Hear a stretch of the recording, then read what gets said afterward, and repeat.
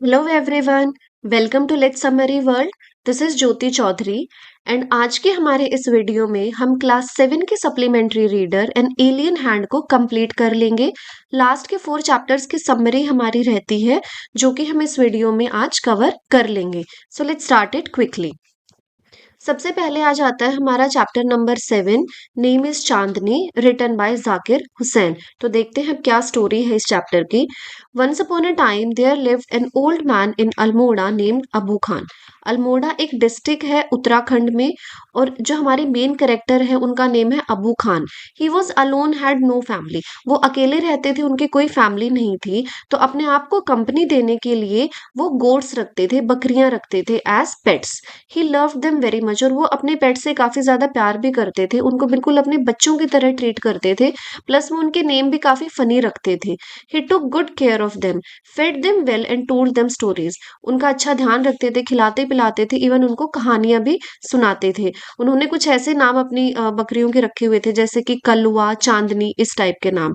But every time his goats grew up they felt the strong pull of freedom. लेकिन जैसे जैसे उनकी जो गोट थी वो बड़ी होती जाती थी, उनको ये फील होता था कि उन्हें दूर हिल्स में जाना है जो कि बहुत ही सुंदर थी। उन्हें लगता है कि उन्हें अपनी फ्रीडम चाहिए, और वो हिल्स में जाकर ग्रीन ग्रास में खेलना चाहती है और वहां पर आराम से रहना चाहती है। Sadly a big greedy wolf lived in those hills. लेकिन उन हिल्स में एक बड़ा ही भेड़िया रहता था, ग्रीडी वुल्फ रहता था। It always killed the goat that went there, और हमेशा जो भी गोट वहां पर जाती थी वो उन्हें मार देता था। अबू खान्स गोट नेवर केम बैक, और अबू खान की जो भी गोट वहां पर गई थी वो कभी भी वापस नहीं आई थी। They all died fighting or becoming food for the wolf. Abu Khan was very sad each time a goat left, और वो हमेशा बहुत दुखी होते थे हर बार जब भी उनकी कोई एक गोट चली जाती थी, उन्हें बहुत दुख होता था। तो उन्होंने डिसाइड किया कि कुछ टाइम तक तो वो कोई भी गोट नहीं लेंगे, अकेले ही रहेंगे। लेकिन फिर थोड़े ही टाइम बाद उन्हें एहसास हुआ कि वो अकेले नहीं रह पा रहे हैं। तो फिर से वो डिसाइड करते हैं कि मैं एक गोट ले लेता हूँ, लेकिन इस बार मैं एक छोटी गोट लूंगा जिसको शुरू से मैं अपने पास रखूंगा, तो उसे कभी भी क्रेविंग नहीं होगी कि वो भी दोबारा उन हिल्स पर जाकर वो ग्रीन ग्रास को खाए। He decided to buy a young goat this time, hoping it would never want to leave him. He bought a beautiful young white goat, और अब जो उन्होंने गोट ली थी वो बिल्कुल ही सुंदर थी, व्हाइट कलर की थी। She had snow white fur, small horns and shiny bright eyes. बहुत ही सुंदर ये गोट थी, और अबू खान इसका नाम चांदनी रखते हैं जिसका नाम होता है मूनलाइट, जिसका मतलब होता है moonlight, because she looked like moonlight. यहाँ पर देखिए आप, इस पिक्चर में ये चांदनी की फोटो है, और ये पिक्चर आपको दिखा रही है कि कैसे उनके जो पहले वाली गोट्स थे उनको वो भेड़िया खा जाता था। अबू खान लव्ड चांदनी अलॉट। अब चांदनी के साथ इनका बहुत ही अच्छा बॉन्ड बन जाता है, वो हमेशा उसे एक रस्सी से बांध कर रखते हैं। देखिए इस पिक्चर में आप देख सकते हैं। He fed her good food and told her stories about his old goats who had gone away and died. और वो उसे भी ऐसी कहानियां सुनाता है और उन गोट्स के बारे में भी बताता है जो कि उन हिल्स पर गई थी और मर गई थी। He warned her again and again about the dangerous wolf in the hills, और हमेशा वो बार बार बताता रहता है चांदनी को कि कितना खतरनाक वुल्फ वहां पर रहता है हिल्स में। He said the hills look nice from far away, कि जो हिल्स है वो सिर्फ दूर से ही अच्छी लगती है, लेकिन अगर तुम वहां जाओगी तो बहुत ही ज्यादा डेंजर वहां पर है, बहुत ही ज्यादा खतरा है। He hoped Chandni would stay happy and safe with him forever. उन्हें लगता है कि चांदनी हमेशा उनके साथ रहेगी और हमेशा खुश रहेगी। लेकिन चांदनी अलग थी। शी वॉज ब्रेव, वो काफी ज्यादा ब्रेव थी, और उसे भी अपनी फ्रीडम बहुत ज्यादा पसंद थी। From her place she could see the hills shining in the sunlight, और वो भी रोज उन हिल्स को ही देखती रहती थी। The green grass, fresh wind and open sky cold her every day, और उसे हमेशा ये तलब होती थी कि मैं भी उन हिल्स में जाऊं। She hated being tied with the rope, उसे बिल्कुल पसंद नहीं था जैसे उसे बांध कर रखा जाता था। अब कुछ टाइम के बाद जब वो बड़ी हो रही है तो वो खाना छोड़ देती है और काफी कमजोर होने लगती है।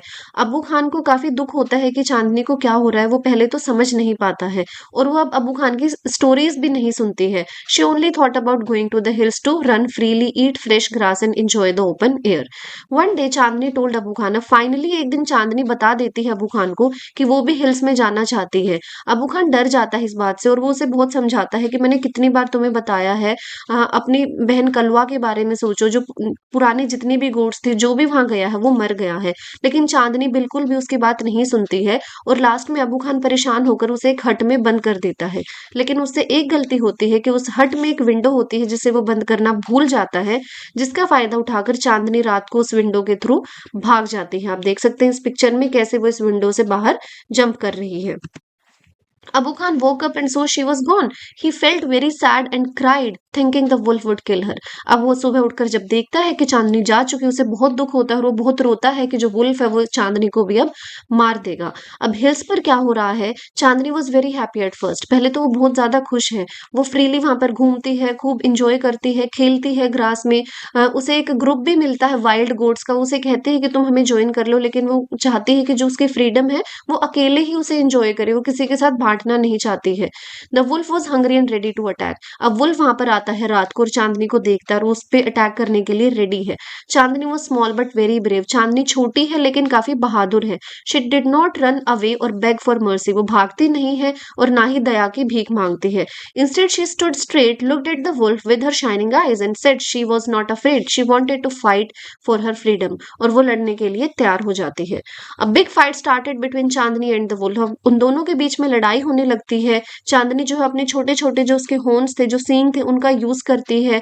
शी फॉट विद ऑल हर करेज। उसमें जितनी हिम्मत थी वो लड़ती है।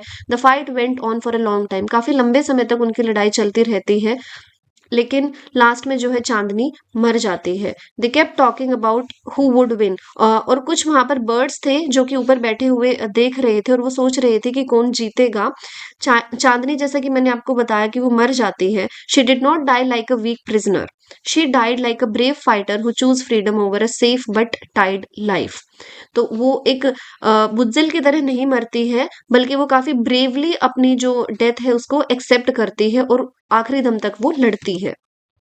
आफ्टर द फाइट जो बर्ड्स मैंने आपको बताया देख रहे थे, वो आर्ग्यू करते हैं कि कौन विनर बनेगा कौन नहीं बनेगा। जब फाइट खत्म होने वाली थी तो वहां पर एक वाइस बर्ड होता है, वो कहता है चांदनी के मरने के बाद कि at the end Chandni he winner थी, क्योंकि उसने अपनी पूरी स्ट्रेंथ के साथ लड़ाई की थी।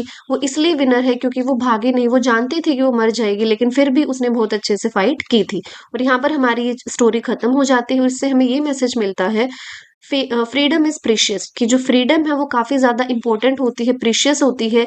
Even if it comes with danger and risk, some beings prefer to live free and fight bravely rather than stay safe but tie down.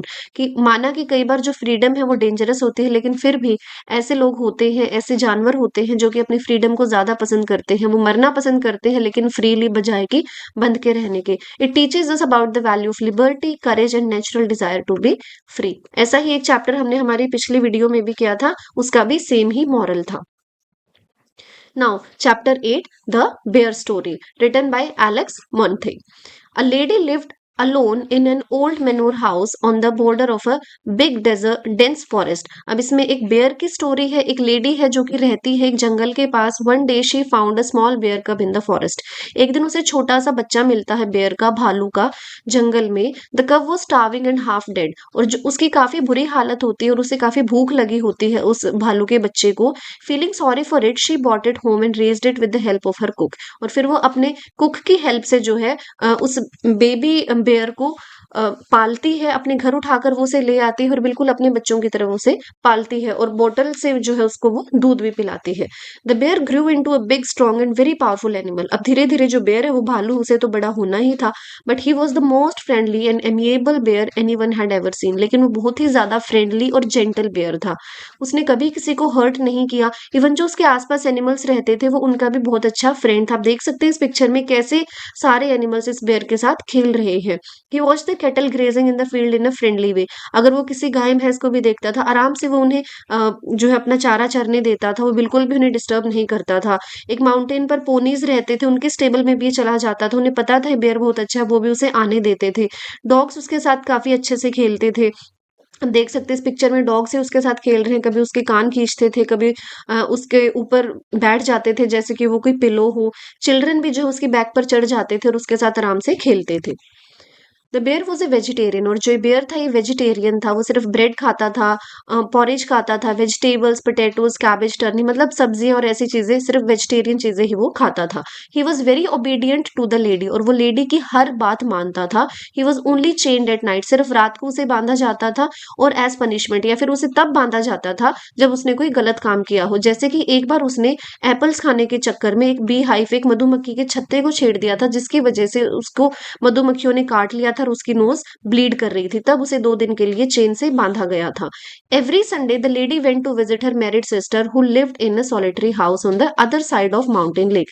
अब हर संडे जो ये लेडी थी वो अपनी सिस्टर से मिलने जाती थी। इसकी मैरिड सिस्टर थी जो कि माउंटेन के दूसरी तरफ रहती थी, और वहां जाने के लिए इस लेडी को डेंस फॉरेस्ट से गुजरना पड़ता था, मतलब जंगल के बीच से गुजरना पड़ता था, और बेयर को वहां पर ले जाना बिल्कुल भी ठीक नहीं था।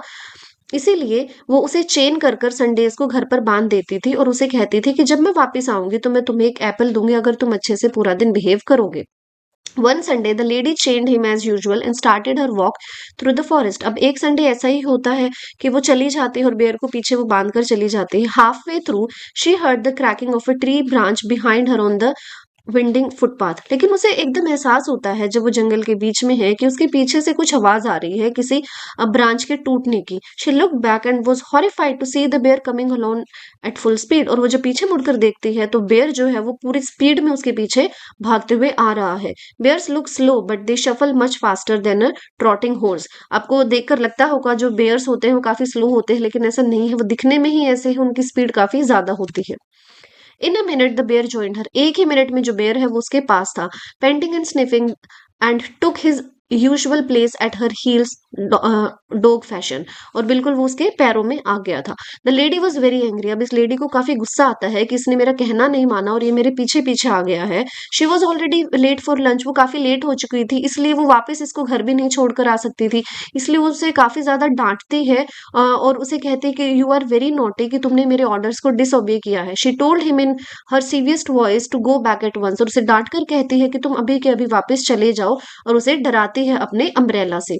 The bear stopped for a moment and looked at her with his cunning eyes. और जो बेयर था वो उसकी उसकी आंखें कुछ चालाक सी लग रही थी। वो उसे देखता है कुछ टाइम के लिए रुककर, but he did not want to go back. लेकिन वो वापस नहीं जाना चाहता। He kept sniffing at her. वो उसे सूंघता रहता है। When the lady saw that he had even lost his new collar. फिर लेडी देखती है कि उसको जो कॉलर, जो पट्टा उसने बांधा था, वो भी इस बेयर ने खो दिया है, तो उसे और भी ज्यादा गुस्सा आता है और वो अपने पैरासोल से, मतलब कि अम्ब्रेला से उसे हिट करती है, उसकी नोज पर मारती है, और इतना जोर से मारती है कि उसका जो अम्ब्रेला है उसके 2 टुकड़े हो जाते हैं। The bear stopped again, shook his head and opened his big mouth several times as if he wanted to say something. और वो बार बार अपना मुंह खोल रहा था, ऐसा लग रहा था जैसे कि वो कुछ कहना चाहता है। Then he turned round and began to shuffle back the way he had come, stopping now and then to look back at the lady till at last she lost sight of him। और फिर वो वापस चला जाता है जब तक वो लेडी जो है उसको देखती रहती है।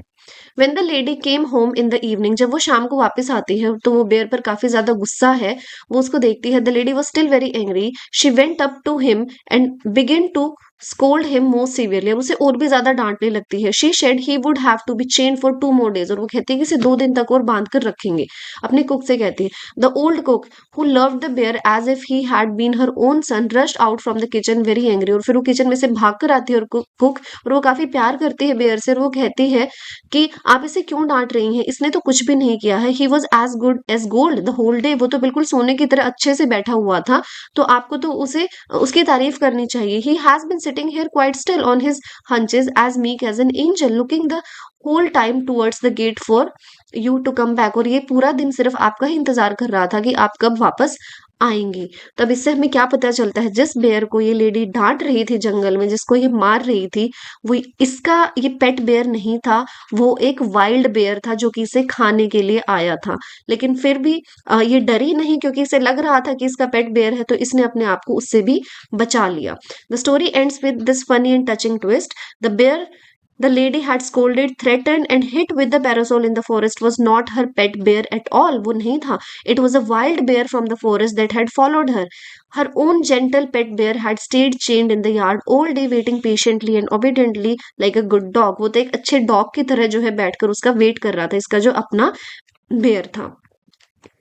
Now the next chapter, a tiger in the house. कुछ कुछ सिमिलर सी ही स्टोरी इसकी है। A tiger in the house written by Ruskin Bond. बहुत ही अच्छे चिल्ड्रन ऑथर है रस्किन बॉन्ड, तो आप इसका नाम तो जरूर से याद रखिएगा।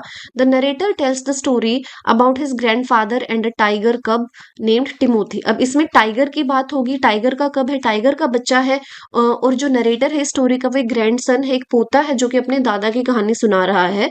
Grandfather found the tiny tiger कब 18 इंचेस का था जब इसके ग्रैंडफादर आपको ये टाइगर का बच्चा मिला था देहरा में। मोस्टली जो है आपको रस्किन बॉन्ड की स्टोरीज की लोकेशन देहरा ही मिलेगी, ये खुद भी वहां पर रहते हैं। Hiding among the tall grass near a dead buffalo, तो इनके ग्रैंडफादर को ये मिला था, घास में छुपा हुआ था और उसके पास ही एक डेड बफेलो भी थी, एक भैंस मरी हुई थी। द कब वो स्केर्ड एंड अलोन, जो कब है वो काफी डरा हुआ था उस टाइम पर। Grandfather picked him up, wrapped him in his coat and bought him home, और जो ग्रैंडफादर है वो इसको उठाकर अपने घर ले आए। ग्रैंडमदर ने इसका नाम टिमोथी रख दिया। पहले तो टिमोथी को जो है मिल्क दिया जाता था बॉटल से, लेकिन जब वो बड़ा होने लगा तो उसे रो मटन भी दिया जाने लगा, बोन्स दी जाने लगी, और ग्रैंडफादर उसे कॉड लिवर ऑयल भी देते थे उसकी हेल्थ के लिए, और कभी कभी उसे पिजन्स और रैबिट जैसे छोटे छोटे जानवर भी दे दिए जाते थे खाने के लिए। ऑफ कोर्स वो टाइगर था तो उसे इन चीजों की नीड थी। Timothy became a playful part of the family, लेकिन टिमोथी भी जो है काफी फ्रेंडली था शुरू में। उनके घर पर और भी जो पेट्स थे उनके साथ वो आराम से खेलता था। He was friends with the mongrel puppy. Mongrel puppy होता है जो कि डिफरेंट डिफरेंट ब्रीड्स के इसके पेरेंट थे, उनसे ये जो है डॉग इसका बर्थ हुआ था। At first Timothy was afraid of the puppy and run away, पहले तो वो उस पपी से डरता था लेकिन बाद में वो साथ में खेलने लगे थे। टोटो मंकी था, अब नाम याद रखिएगा इनका, Toto monkey.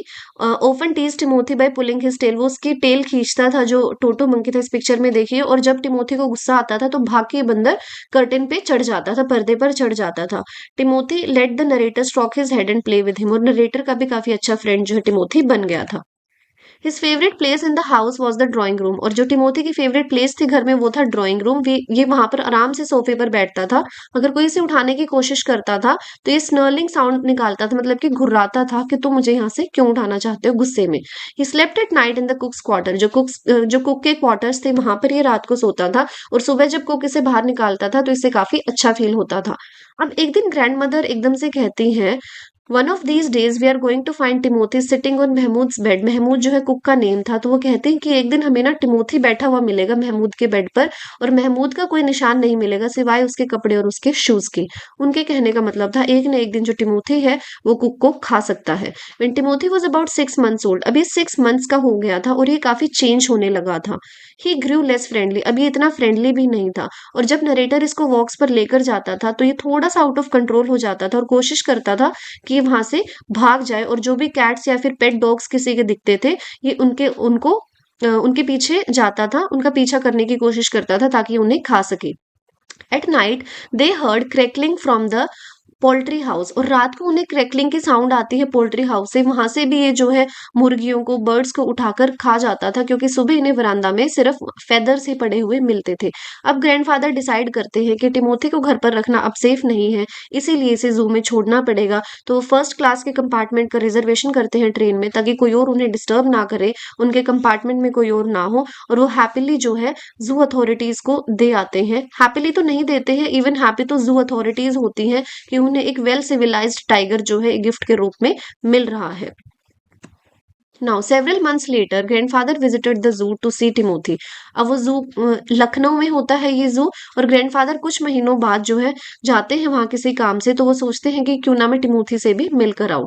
It was getting dark, ये शाम का टाइम था, अंधेरा होने वाला था। वो सीधा टिमोथी के केज में जाते हैं, केज के पास जाते हैं और देखते हैं कि वहां पर अंदर टिमोथी है। वो बड़े प्यार से अपना हाथ अंदर डालते हैं बार्स में, देखिए इस पिक्चर में, और उसके सिर पे टैप करते हैं, जैसे जैसे उससे प्यार करते थे वैसे उसे टच करते हैं। Timothy came to the bars, rubbed against grandfather's hand, purred and licked his arm with increasing relish, और वो भी जो है उनके हाथ को चाटने लगता है। Another keeper watched with alarm, एक जो कीपर था वो वहां पर देख रहा था। Grandfather recognised him as the keeper from when Timothy first arrived, फिर ग्रैंडफादर उसे पहचान लेते हैं कि ये वही जो है गार्ड है, यहाँ पर वही कीपर है जो कि यहाँ पर था जब ये टिमोथी को छोड़कर गए थे। Grandfather asked him to transfer, और जो ग्रैंडफादर है वो कहते हैं कि तुम टिमोथी को किसी दूसरे केज में ट्रांसफर कर दो, क्योंकि जो लेपर्ड है नेक्स्ट डोर ये इसे काफी परेशान करता है। लेकिन जो वो कीपर था वो थोड़ा हकलाते हुए, डरते हुए बोलता है कि but sir it is not your tiger, कि आपका टाइगर नहीं है। फिर ग्रैंडफादर कहते हैं कि हाँ हाँ मैं जानता हूँ, अब ये तुम्हारा टाइगर है, मैंने इसे जू को दे दिया है, लेकिन फिर भी ये मैं इसे अपना कह सकता हूँ, ये अभी भी मुझे याद करता है। द कीपर एक्सप्लेन, फिर वो कीपर समझाता है, I remember your tiger very well, कि मुझे आपका टाइगर अच्छे से याद है, लेकिन उसकी तो डेथ हो चुकी है 2 महीने पहले निमोनिया की वजह से। This tiger tiger was trapped in the hills only last month, इस टाइगर को तो हिल्स में से पकड़ कर लाया गया है पिछले ही महीने, और ये बहुत ही ज्यादा डेंजरस टाइगर है। ग्रैंडफादर वो शॉक्ड, और जो ग्रैंडफादर थे वो काफी शॉक रह जाते हैं। Could think of nothing to say, और वो कुछ सोच ही नहीं पा रहे हैं। The tiger kept licking his arm happily, और जो टाइगर है वो अभी भी उनके हाथ को चाट रहा है। Grandfather slowly withdraw his hand, वो धीरे से अपना हाथ पीछे करते हैं और धीरे से बोलते हैं, good night Timothy, with his face near the cage, gave the keeper a scornful look, और बिल्कुल मतलब गुस्से में वो देखते हैं कीपर की तरफ, and walk briskly out of the zoo, और बिल्कुल जल्दी से वो जू से बाहर चले जाते हैं। अब ये आयरनी पे एंड हो जाती है हमारी स्टोरी। आयरनी होता है कि जब हम सोचते कुछ और है लेकिन सिचुएशन उसके बिल्कुल ऑपोजिट होती है। It shows how strong emotional bonds can feel even when reality is different, कि अगर कितना आपका स्ट्रॉन्ग इमोशन अगर किसी के साथ है, स्ट्रॉन्ग आपका बॉन्ड है, जैसे कि ग्रैंडफादर का था टिमोथी के साथ, तो सिचुएशन यहाँ पर कुछ और थी, वो कोई और टाइगर था, लेकिन फिर भी वो इतने ही प्यार से जो है उसको ट्रीट कर रहे थे, और वो टाइगर भी ऐसे ही रिएक्ट भी कर रहा था आगे से, हालांकि वो इतना डेंजरस था कि कोई उसे हाथ भी नहीं लगाता था, इवन जो जू कीपर्स थे वो भी नहीं। And adds a bitter sweet touch to the love between grandfather and his pet. Now last chapter, ये वीडियो थोड़ी सी लंबी हो रही है क्योंकि इसमें 4 चैप्टर्स हैं। Tillu and his parents. Okay, first the name is an alien hand, जो कि हमारी बुक का भी नेम है, चैप्टर 10 है last, written by Jayant Narlikar. Tillu and his parents live beneath the surface of a planet under artificial conditions because the surface is hostile. अब ये Mars की कहानी है। मार्स पर कुछ लोग रह रहे हैं और वो अंडरग्राउंड रहते हैं, वो जमीन के नीचे रहते हैं, क्योंकि ऊपर जो है कंडीशंस बिल्कुल भी अच्छी नहीं है। वहां पे जो एयर है वो ऑक्सीजन नहीं है, उसमें सांस लेने के लिए अच्छी नहीं है, थिन एयर है, टेम्परेचर काफी ज्यादा एक्सट्रीम है, बहुत ज्यादा ठंड होती है, कोई नेचुरल लाइफ सपोर्ट नहीं है। People live underground in habitat with controlled air temperature and light, और उन्होंने अपना हैबिटेट बनाया हुआ है, जो कि जीने के लिए जो कंडीशन चाहिए होती है वो इन्होंने क्रिएट कर रखी है टेक्नोलॉजी से, और इसीलिए जो ये लोग हैं जमीन के नीचे रहते हैं। ओनली फ्यू स्किल्ड पीपल, लेकिन कुछ जो स्किल्ड पीपल है जैसे कि टिल्लू के फादर हैं, वो ही सिर्फ ऊपर जाते हैं, क्योंकि उनमें ये स्किल्स हैं, उन्हें ये सब चीजें आती हैं, उन्होंने सीख रखा है, प्लस वो बहुत ज्यादा प्रिकॉशंस के साथ जाते हैं, जैसे कि वो ऑक्सीजन रिजर्वायर्स लेकर जाते हैं, maintain machines and watch for anything unusual, और वो इसीलिए जाते हैं जब उन्हें कोई मशीन्स को मेंटेन करना हो, क्योंकि कुछ मशीनें जो है वो सरफेस पर रखी हुई है। Tillu is very curious about the forbidden underground passage his father uses every day to work, और उसके जो फादर है वो हर रोज एक पैसेज से जाते हैं, वो अंडरग्राउंड है जो कि ऊपर जाने के लिए, और टिल्लू काफी क्यूरियस रहता है और वो भी वहां से जाना चाहता है, लेकिन उसे कोई भी जाने नहीं देता, सब कहते हैं कि डेंजरस है, तुम्हें वहां नहीं जाना है। फिर वो पूछता है कि मेरे फादर क्यों जाते हैं, तो उसकी मदर कहते हैं क्योंकि उनकी जॉब है। एक दिन टिल्लू को मौका मिल जाता है जब उसके फादर घर आते हैं फॉर अ सिस्टा। सिस्टा का मतलब होता है जब आप एक छोटी सी झपकी लेते हैं खाने के बाद, तो उस नींद को सिस्टा बोला जाता है। टिल्लू उस दिन उनके फादर का पास लेता है और वो धीरे से चला जाता है। He slips it into the slot at the metal door, और जो मेटल का डोर है वो वहां पर उस पास को यूज करता है, and the door opens noiselessly, और जो डोर है वो खुल जाता है। He takes the card from the other slot and walks up the gentle slope toward the surface, और फिर वो सोचने लगता है, वो सरफेस में जा रहा है, सोचने लगता है कि आज मैं क्या क्या देखूंगा, जिन चीजों के बारे में मैंने पढ़ा वो मैं सच में देखूंगा। अगर ये दिन हुआ तो मुझे सूरज दिखेगा, और अगर रात हुई तो मुझे स्टार्स दिखेंगे और मून दिखेगा। But Tillu under estimate security, लेकिन उसे नहीं पता, वो बच्चा है, कि सिक्योरिटी भी कितनी ज्यादा है। इनविजिबल जो डिवाइसेस वहां पर लगे हुए थे उससे डिटेक्ट हो जाता है कि कोई पर्सन यहाँ पर आ रहा है, और उसी टाइम टिल्लू की फोटो खींचकर जो है आगे भेज दी जाती है सेंट्रल ब्यूरो में, और वहां से जो है एक सिक्योरिटी गार्ड आता है, सिक्योरिटी स्टाफ आता है, और उसको पकड़कर वापस उसके घर छोड़ दिया जाता है। His father explains why the surface is dangerous. अब उसके फादर को लगता है कि इसे समझाना पड़ेगा कि ये जो सरफेस है वो डेंजरस क्यों है। No ordinary person can survive there, कि कोई नॉर्मल इंसान जो है वहां पर सर्वाइव नहीं कर सकता। The air is too thin to breathe, जैसा कि मैंने आपको स्टार्टिंग में बताया कि एयर अच्छी नहीं है, टेम्परेचर ऐसा है कि आपको फ्रीज कर सकता है, इतना कि आपकी डेथ हो जाए। He says their ancestors once lived on the surface naturally, वो बताता है कि जो उनके एंसेस्टर्स से मिलियंस ऑफ ईयर्स अगो वो लोग जो है सरफेस पर रहते थे और नेचुरली वो रहते थे, लेकिन फिर क्लाइमेट चेंज हो गया और जो सन है वो काफी ज्यादा होस्टाइल हो गया, हार्श हो गया, जिसकी वजह से बर्ड्स की डेथ हो गई, एनिमल्स मर गए, फिशेस मर गई। Human survived underground with technology, और जो ह्यूमंस है वो सिर्फ अंडरग्राउंड ही टेक्नोलॉजी की वजह से सर्वाइव कर पाए थे, और इसके लिए जो है वो सोलर एनर्जी का यूज करते हैं। Some machines are on the surface and Tillu's father belong to the team that watches and services them, और जो टिल्लू के फादर है वो उस टीम से बिलोंग करते हैं जिन्हें कि मशीन्स की सर्विस करनी पड़ती है। नेक्स्ट क्या होता है, टिल्लू के फादर जो है कंट्रोल रूम में जाते हैं और देखते हैं कि सभी लोग काफी ज्यादा एक्साइटेड है और एक बड़ी सी टीवी स्क्रीन वहां पर लगी हुई है। उसमें एक डॉट दिखाई दे रहा है और बैकग्राउंड जो है बिल्कुल क्लियर है। ये कोई स्टार नहीं है, ये अपनी पोजीशन चेंज कर रहा है और ये उनके तरफ आ रहा है, और जो कंप्यूटर है वो इसकी पोजीशन शो कर रहा है। They think it's a space craft, उन्हें लगता है कि स्पेस क्राफ्ट है।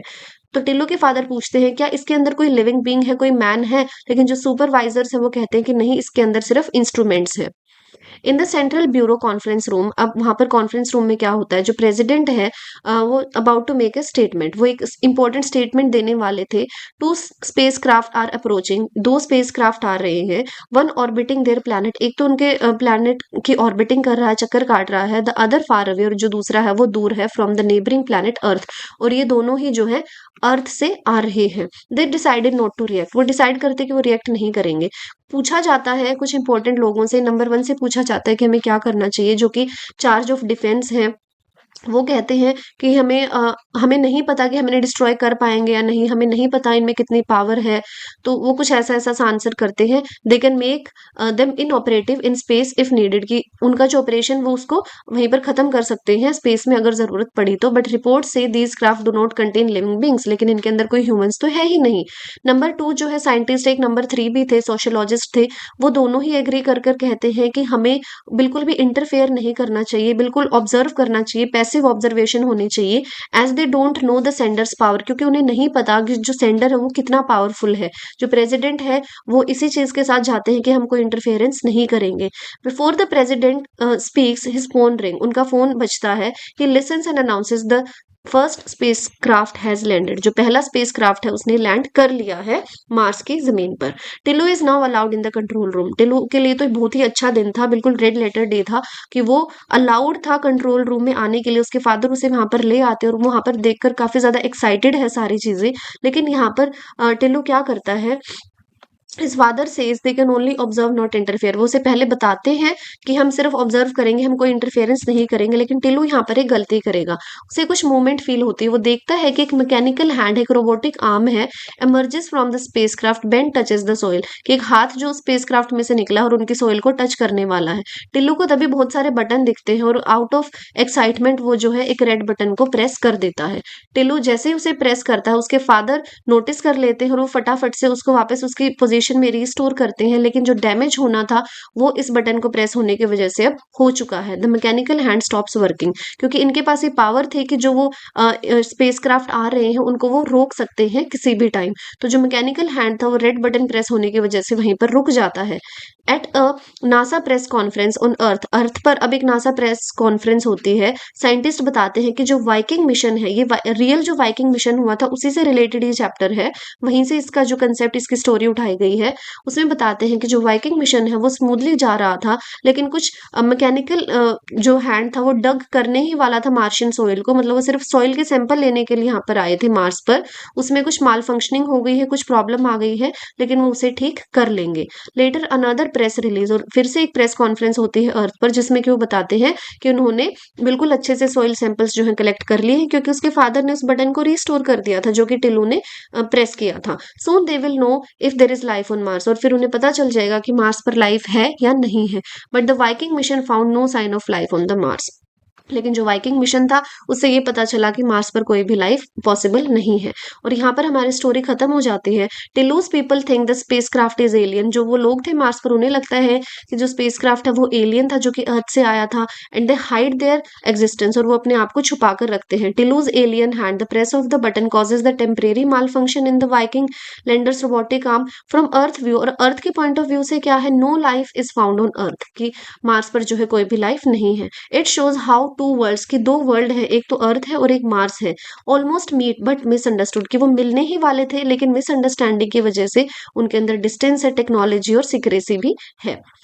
So this science fiction story cleverly links to real history. जैसा कि मैंने आपको बताया कि रियल में जो है नासा का वाइकिंग मिशन हुआ था 1976 में, उससे रिलेटेड ही हमारी स्टोरी है। And explores curiosity, danger and unknown in space.